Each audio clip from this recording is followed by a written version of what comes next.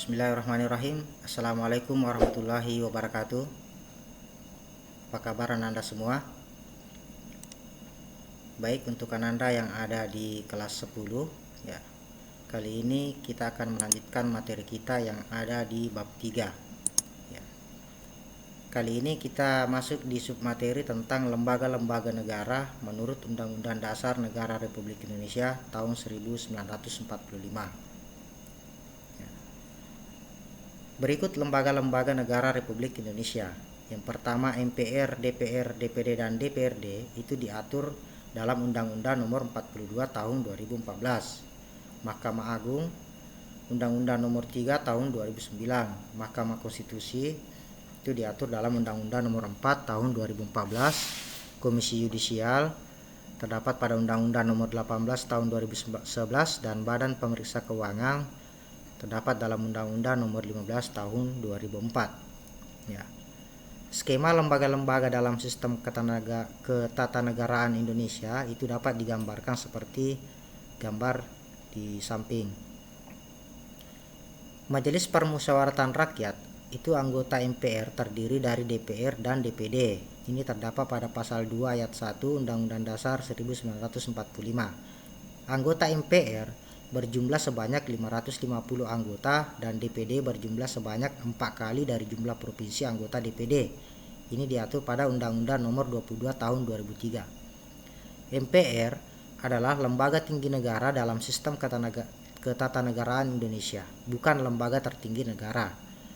Tugas dan wewenang MPR adalah berwenang mengubah dan menetapkan undang-undang dasar, melantik presiden dan atau wakil presiden, dan hanya dapat memberhentikan presiden dan wakil presiden dalam jabatannya menurut Undang-Undang Dasar Negara Republik Indonesia tahun 1945 sesuai pasal 3 ayat 1, ayat 2, dan ayat 3. MPR juga memiliki hak dan kewajiban seperti diatur dalam Undang-Undang Nomor 22 Tahun 2003 tentang susunan dan kedudukan MPR, DPR, DPD, dan DPRD.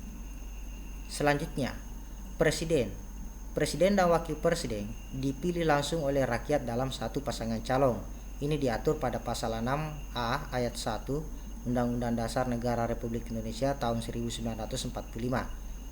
Syarat untuk menjadi presiden juga diatur lebih lanjut dalam Undang-Undang Dasar Negara Republik Indonesia tahun 1945 pasal 6 ayat 2 Undang-Undang Dasar Negara Republik Indonesia tahun 1945.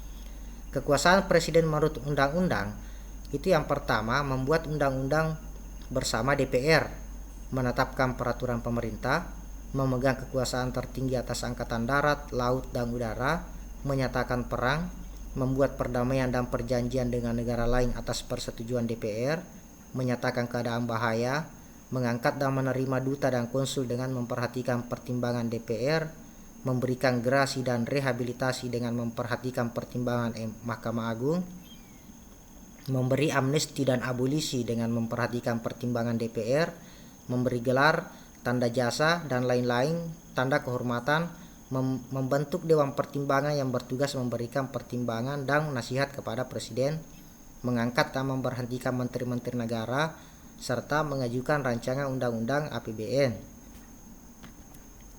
Sedangkan Dewan Perwakilan Rakyat atau DPR itu dipilih juga melalui pemilu.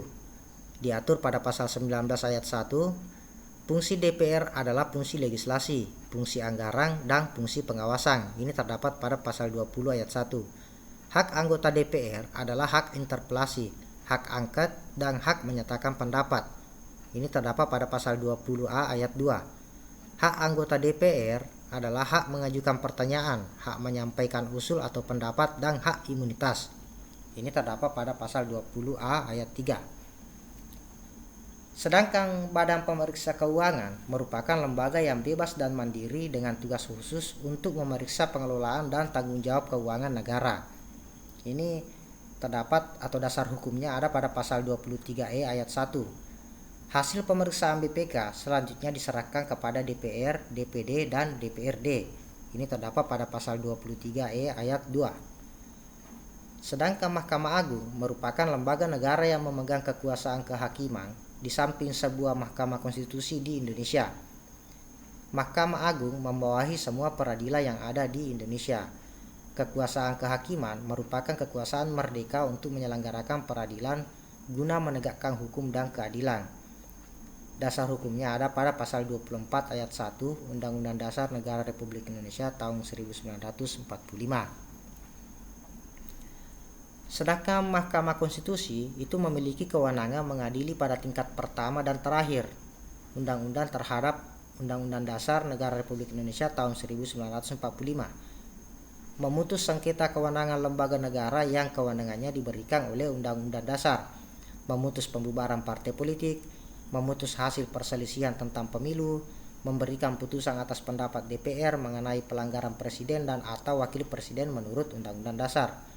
Mahkamah Konstitusi beranggotakan 9 orang, 3 anggota diajukan oleh MA atau Mahkamah Agung, 3 anggota diajukan oleh DPR, dan 3 anggota diajukan oleh Presiden. Sedangkan Komisi Yudisial adalah lembaga mandiri yang dibentuk Presiden atas persetujuan DPR. Komisi Yudisial ini berwenang mengusulkan pengangkatan hakim agung serta menjaga dan menegakkan kehormatan, keluhuran martabat, dan perilaku hakim. Sedangkan Dewan Perwakilan Daerah atau DPD merupakan bagian keanggotaan MPR yang dipilih melalui pemilu dari setiap provinsi. DPD merupakan wakil-wakil provinsi. Anggota DPD berdomisili di daerah pemilihannya selama bersidang bertempat tinggal di ibu kota negara. DPD berhak mengajukan rancangan undang-undang yang berkaitan dengan otonomi daerah dan yang berkaitan dengan daerah. Ya, baik anak-anak sekalian, demikian video pembelajaran kita kali ini. Semoga apa yang kita dapatkan hari ini menjadi berkah dan memberi manfaat untuk kita dan orang lain. Sampai ketemu di video selanjutnya. Tetap semangat belajar. Wassalamualaikum warahmatullahi wabarakatuh. Salam Pancasila.